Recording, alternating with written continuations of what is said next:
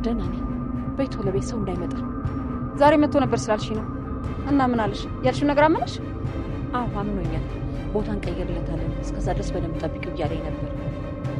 እርግጠኛ ነሽ? ምንም አልተጠራጠረሽ? በጭራሽ በፍጹም አልተጠራጠረኝም። ለሱ ሀሳብ እንዳይገባሽ። በጣም ጥሩ። እንደዛ ከሆነ በቅርቡ ወስደዋለሁ። እንዴት ነው ባህሪው? በጣም አስቸጋሪ ነው እንዴ? አስቸጋሪ ነው። ያው ግን እኔን ስለለመደኝ እኔን ከከፈልሽኝ እኔ ሊይዝልሽ ይችላል። ታዲያ ካንቺ ውጭ ማን ይዟል ብለሽ ነው? በቃ ነገሮችን አመቻችና ባልኩሽ ቀን እንዲወጣ እናደርገዋለን።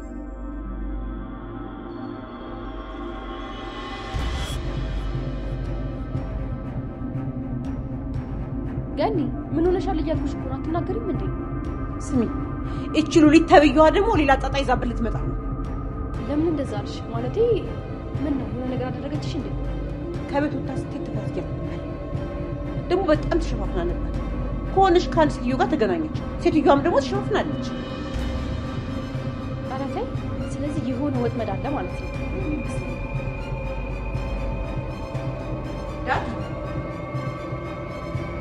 ዳጊ ወዴት ነው እንዴ? ደግሞ ሰለማን ባለም እንዴ? ቆየት ነበርክ? ቤትም አልነበርክም? ምንድነው? ከአቤል ጋር ነበር። አረ እርግጠኛ ነህ?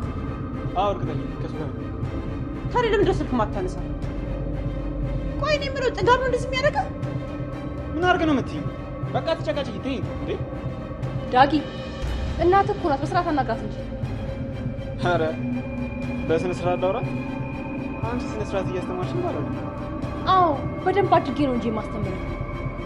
አረ እባክሽ ለምን በዚህ የተያያዘ ነገር ስለዚህ ውስጥ ጥቅምና ጉዳት በዛው አትነግሪኝም? ዳግም ምንድነው? ለጠቅላላ እውቀት ብዬ ነው። ሂድ ከዚህ ቶሎ ነው ከፊቴ ጥፋ። ሂድ እንዳላይክ። እመን እንዳለ ለምትናገረው እያንዳንዱ ነገር ትጸጸትበታለሽ። እሺ ሲጸጽተኝ እነግርሻለሁ። በቃ እሺ በጣም ጥሩ። ይሄ ስድ እንዴት አድርጎ እንደሚያወራ አይሽልኝ አይደል? እኔ እንደዚህ ለምቀት እኮ ነው መሰለኝ።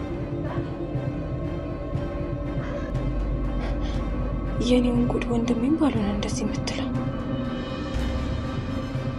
ኧረ እኔ እንደዚህ ነገር አልችልም እኮ። እንዴ አንቺ ምን እያልሽ ነው? እንደዚህማ አታሳፍሪኝም። እውነት ምንም አያመጣም እኮ። የወንድሜን ሕይወት ሲያፈርስ ዝም ብዬ ማየት አልችልም። ደግሞ ምንም ስለማያምኑ ነው እንጂ እኮ እኔ ማድረግ እችል ነበር። ገባኝ፣ ግን እንደዚህ ነገር ላይ ብዙም አይደለም። ውይ ሀኒ ደግሞ ቆይ ይህን ነገር ማድረግ ካልቻልሽ አንቺ ምንም ጓደኛ ሆንሽኝ ታዲያ? ጓደኝነት በማድረግ ላይ ብቻ የተመሰረተ ነው እንዴ? አይ እንደዛ እንኳን ማለት አይደለም። ግን ደግሞ ጓደኛሞች ካልተጋገዙ ታዲያ ምን ዋጋ አለው? እሺ በቃ ስለዚህ ልደውልለታ? ይቻላል፣ ደውይለት። እሺ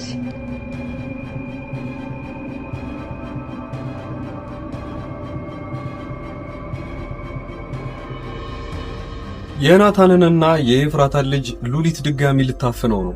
ወደ ሌላ ቦታ ልትወስደው ለምን ልትጠቀምበት ይሆን? በመጀመሪያ ደረጃ ልጁ አሁንም ድረስ ያለው እነዚህ አዲሶቹ ቤተሰቦች ውስጥ ኤፍራታን ከቅርብ ጊዜ በኋላ የሚያፈቅራትና የሚወዳት ልጅ እስከ መቼ ነው ልጁን አቆይቶ ሊሰጣት የሚፈልገው? ሌላኛው እዛ ቤት ውስጥ የተነሳው ውዝግብ እስካሁን ድረስ ገራሚ ሆኗል። ኤፍራታ በራሷ በኩል ናታን ተቀይሮብኛል፣ ምን አይቶብኝ ነው እያለች ደንግጣለች። ናታንም ደግሞ ከዚህ በኋላ ከኔ ጋር ያላት ፍቅር እየቀነሰ መጥቷል፣ ከኔ ምን አታ ይሆን፣ ከኔ ጋር ያላትን ነገር ተስፋ ቆርጣ ነው ወይ እያለ እሱ በራሱ በኩል ግራ ገብቶት ነው ከሷ ጋር የተቆራረፈው። በዚህ ሰዓት ግን ናታን አንድ ነገር የጠረጠረው ቢለው አዲስ የተዋወቀችው ልጅ እሱን አውቆ መጀመሪያውኑ ያጠመደው ስለመሰለው ያኔ ናታን ያሰበው እሱን በሚገርም ሁኔታ ሊያጠምደው ስለፈለገ መጀመሪያውኑ ቀድሞ ይደውልለትና ዛሬ ቤቴ እፈልግሃለሁ መቻል ወይ ይሏል። ለድንገት ደግሞ እኔም ስራ ቀርቻለሁኝና መምጣት እችላለሁ ብሎ ልጁም ይነግሯል። ናታን በዚህ ሰዓቱ ውሸቱን እንደሆነ ገብቶታል። ከኤፍራታ ጋርም አስተዋውቃለሁ ይለዋል። ልጁ ግራ ይገባዋል። ስልኩ ከተዘጋ በኋላ እንዴት ቢያስብ ነው እንደዚህ ሊያደርግ ይቻለው ብሎ የራሱ የገዛ እህቱን ሲያማክራት አይ የሆነ ነገርማ ሳይፈጠር አይቀርም ብላ እሷም ልትጠረጥር ችላለች። ሲሆንም በራሷ በኩል ልጁን ለማጥመድ ስለፈለገች ያኔ አዲሱ ጓደኛዋ ጋር የራሷ ጋር ትደውልና ዛሬ እቤት እፈልግሻለሁ ትላታለች። ይሄኔ ሁለቱም ሰዎች ይደነግጣሉ።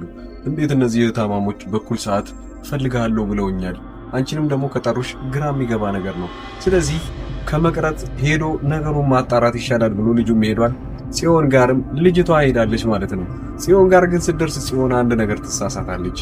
መሃላቸው ሁለቱ ወንድምና እህት መሆናቸውን የማታውቀው ሲሆን ትመጣና አዲስ ኤፍራታን የተዋወቀቻት ሰውዬ አለ።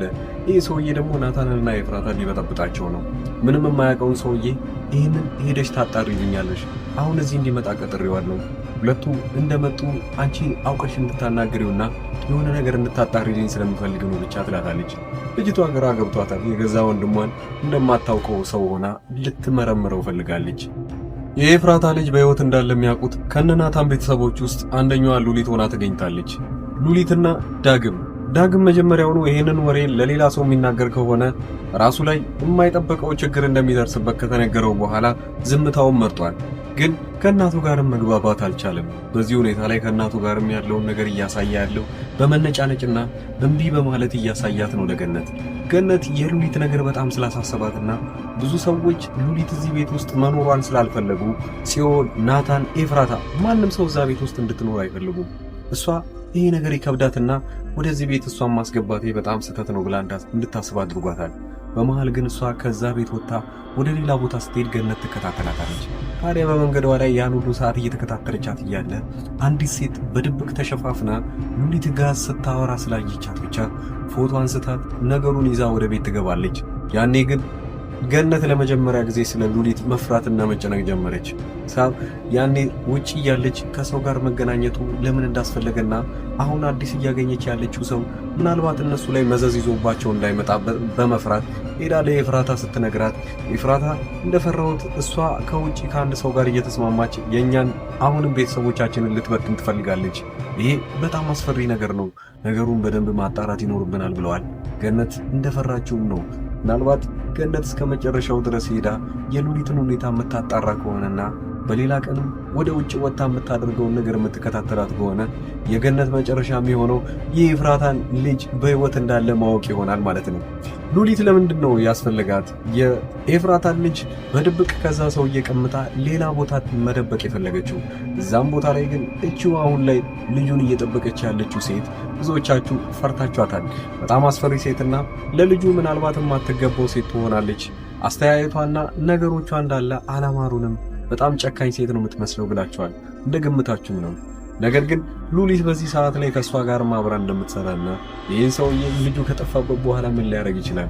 ሰውየውና አዲሱ የኤፍራታ አፍቃሪ ነገሩ ምንም ያህል ክፋት ባይኖረውም ግን እያሰበ ያለው ልጇን የምሰጣት ምናልባት እኔ ማገኛት ከሆነ ብቻ ብሎ ነው የሚያስበው። ያው ናታንን ጉዳይ ከዚህ መሃል ሊያስወጣው ይፈልጋል። ምናልባት አጋጣሚ ሆኖ ናታንና ኤፍራታ የሚጣሉ ከሆነ ለኔ አሪፍ ነው፣ ያኔ ነው ልጇን የምመልስላት ብሎ እንዲያስብ ነው ያደረገው። ይሄ ደግሞ በጣም ራስ ወዳድነቱን ያሳያል። እዚህ ሰዓት እሱ ይሄንን እየጠበቀ ባለበት ሰዓት ግን ሉሊት እሱ ሳያስበው ልጁን ነጥቀው ከሱ ልትወስድበት ነው። ማን እንደሆነች ጭምር አያውቅም። ነገር ግን ከዛ በፊት ስታስፈራራው እንደነበረ ልጁ በሕይወት እንደሆነም ጭምር ስለምታውቅ ያኔ ደንግጦ ነበረ። እንዴት የኤፍራታ ልጅ በሕይወት እንዳለ ሉሊት። ቀጣዩ ክፍል ላይ እንግዲህ የኤፍራታን ልጇን በሕይወት መኖሩንና አለመኖሩን የምታውቅ ይሆናል። ዳግምስ በዚህ በላይ መጠበቅ የለበትም፣ ሚስጥሩን እዛ ቤት ውስጥ መናገር ይኖርበታል። ሌላኛዋ ሉሊት ደግሞ ትክክለኛ ተንኮሏና ልጁን አፍና የምትወስደው ለምን ጉዳይ ልታቀርበው እንደሆነም ጭምር በቀጣይ የምንደርስበት ይሆናል። እናንተ ይህንን ድራማ የምትከታተሉትና እንግዳ ድራማን ያላችሁ ሰዎች በዚህ ሁኔታ ላይ እያቀረብኩላችሁ መቀጠል ይሆናል። በዚሁ አጋጣሚ የግል ስራዬን ከዚህ በመቀጠል ያለው ቪዲዮ ላይ ማሳያችሁ ይሆናል። አብራችሁ የምንልካቸው እቃዎችን እንያቸው። 2 ሳምሰንግ የተመሳሳይ ስልኮች ናቸው። እነዚህ ስልኮች በ17,000 ብር ብቻ አዲስ የመጡ ስልኮች ናቸው። ኦልሞስት 4 ወር አካባቢ ነው የሆኑት አዲስ ከወጡ ማለት ነው ስልኮቹ ራሱ እና አንድ ሰው ብቻ ነው 2 ያዘዘኝ። ሌላው የሶላር እቃዎች ለምሳሌ ለዘመዶቻችሁ አገር ቤት ሊሆኑ ይችላሉ ያሉት እንደዚህ ሶላሮችን ያዘዙኝ ያሉ ዛሬ የምናደርሳቸው። ይህን ሶላር ትንሽ ነገር ልበላችሁ። በመጀመሪያ ደረጃ ይሄ የራሱ ማጠራቀሚያ ነው እና እነዚህ 2 ፓኔሎች ጣራ ላይ ተደርገው ሁለቱን ባንዴ ነው የሚሞሉት ወዲያውኑ ማለት ነው። በጣም ትልቅ ጉልበት ያላቸው ሶላሮች ናቸው እነዚህ። ከዚህ ላይ ቻርጀሮች ምናምን መጠቀም ይችላሉ ለስልካቸው ማለት ነው ራሱ ስለሚይዝ። እነዚህ 4 አምፖሎች ደግሞ ማንኛውም ቦታ በገመድ ይሰቀላል። ለምሳሌ እነዚህ ገመዶች በጣም ረጅም ናቸው። የራሳቸው ማብሪያ ማጥፊያ አላቸው እንደምታዩት። እና አንዱን ጣራ ላይ አርጋችሁት መሬት ላይ ደግሞ ይሄንን ማብሪያ ማጥፋ ማስቀመጥ ይችላል። ልክ እንደ ዋነኛው ኤሌክትሪክ ዝርጋታ ነው እነዚህ የሚቀመጡት። እና ፓወር ባንኩም አንድ ቦታ ነው የሚቀመጠው የራሱ፣ ሶላሩ ደግሞ ውጪ ነው የሚደረገው ጣሪያ ላይ። ከዚህም በኋላ ምንም እኛ መሰካካት ቻርጅ ማድረግ ምናምን አይጠበቅብንም። ራሱ ሶላሩ ፉል ያደርገዋል። እኛ ማታ ብቻ እነዚህን አምፖሎች መጠቀም ብቻ ነው።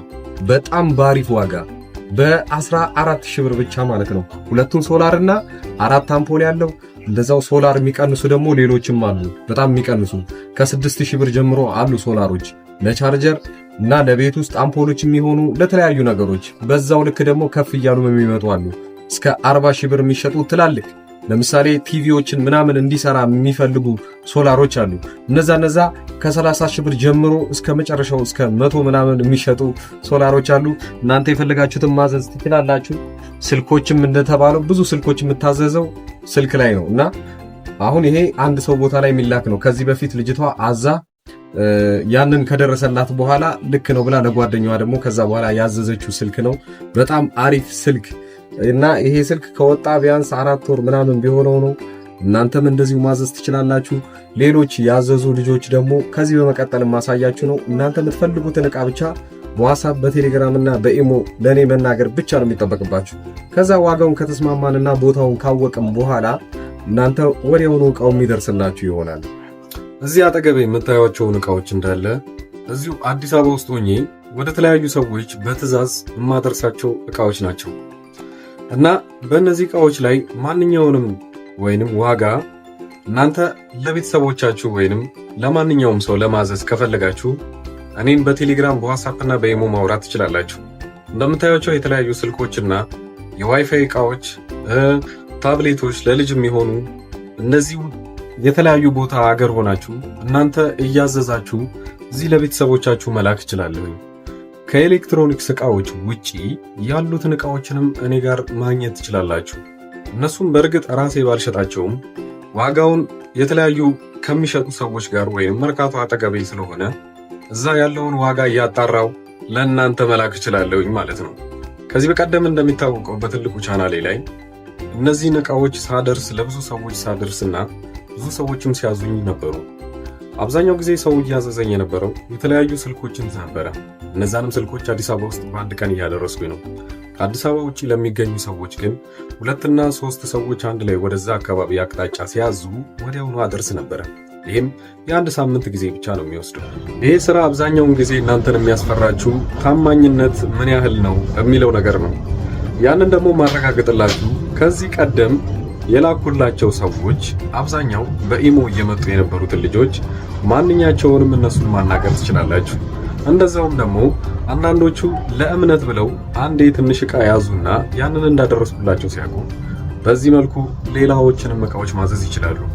የአበሻ ቀሚስ እና የተለያዩ ልብሶችም አሁን ትምህርት ሊጀምር አካባቢ የነበረ ጊዜ ደግሞ ቦርሳና ደብተሮች ብዙ ሰው አዘውኛል። ከልብ አመሰግናለሁ። ሌላው በዚሁ አጋጣሚ እናንተም የምትፈልጉት ዕቃ ካለና እንዳደርስላችሁ መልእክት ሊሆን ይችላል። ማንኛውንም ዕቃ የቤት ዕቃ ሊሆን ይችላል፣ ልብሶች እና የተለያዩ ፈርኒቸር ዕቃዎችም እንደዚሁ እያደረስኩ እገኛለሁ። ዋጋ ብቻ ማወቅም ከፈለጋችሁ እኔን ማናገር ትችላላችሁ። ለማንኛውም እስኪ ዋይፋዎቹን ላከልኝና ልባጣቸውን የምፈልገው ማለት ነው።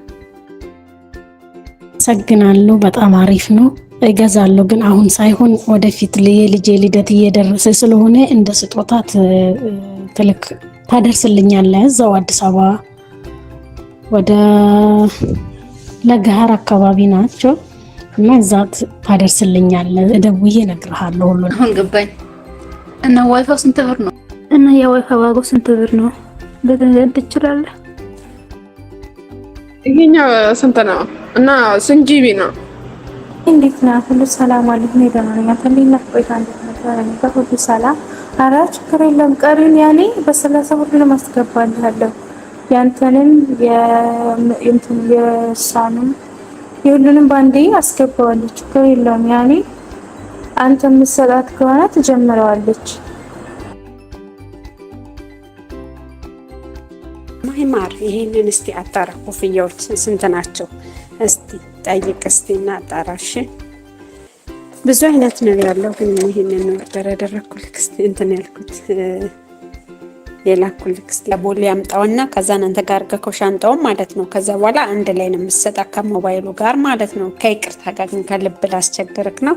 ዋትስአፕ ላይ ልኬልሃለሁ የሰውየውን ቁጥር ማለት ነው። እና የት ነው አለኝ ሉሉ ምንድነው እሱን እስቲ አንተ ከዛ እሱን ካመጣክ በኋላ ተደውለልካለች። የጀመሩት ከዚህ በፊት በነበሩት ቪዲዮዎች ላይ በለቀኩት ማስታወቂያ ነው። ያው ለሌሎቹ እና አዲስ አበባ ውስጥ ቅርብ ለሆኑ ሰዎች ወዲያውኑ በአንድ ቀን ውስጥ አድርሰንላቸዋል። እናም የተለያዩም ሰዎች አሁን ላይ ትክክለኛ እኔ እንደምሰራ ለማወቅ የመጡና እናም በቀጣይ ደሞዛቸው ወይንም በሌላ ጊዜ እቃ ሲፈልጉ ከኛ ማዘዝ እንደሚችሉ አረጋግጠው ሄደዋል። ያንን ብቻ ለማወቅ ብቻ ሳይሆን የተለያዩ እቃዎችን ዋጋቸው ምን ያህል ነው ወይንም እናንተ ካላችሁበት ሱቅ ወይንም እናንተ ካላችሁበት ሰፈር ጋር ዋጋውን ምን ያህል ቅናሽ ነው የሚለውን ካያችሁ እቃውን ወዲያውኑ ማዘዝ ትችላላችሁ። በክፍለ ሀገር ያላችሁና የተለያየ ቦታ ለምትኖሩ ለምሳሌ ወደ ወላይታ አካባቢ ብዙ ሰዎች እቃ እንዳዘዛችሁኝና አንድ ላይ ልልክላችሁ አንድ ሳምንት ጊዜ ጠይቂያችሁ ነበረ። ያም ሆነም ወደ ራቅ ወዳሉ ቦታዎች ላይ እቃ የምንልከው 3 እና 4 ሰዎች ስትሆኑ ነው። እቃውን ወዲያውኑ አንድ ላይ የምናደርስላችሁ ይሆናል። ለጊዜው ግን አዲስ አበባ ውስጥ ለሆናችሁ ዋና ዋና የሚባሉ ወደ ባህር ዳር፣ ወደ ጎንደርና ወደ ባህር ዳር ሌላው መስመር በሚገኙ ቦታዎች አንድ ላይ እቃዎችን እንልካለን። እናንተ ብቻ በተለመደው መልኩ ከኛ ምንም አይነት መረጃ ማግኘት ስለምትችሉ በዚህ ሁኔታ ላይ መጠየቅም ትችላላችሁ። በቴሌግራም በዋትስአፕ እና በኢሞ እዚህ ፊት ለፊት ላይ የምታዩት ቁጥር በዚህ እኔን ማናገር ትችላላችሁ። መልካም ጊዜ።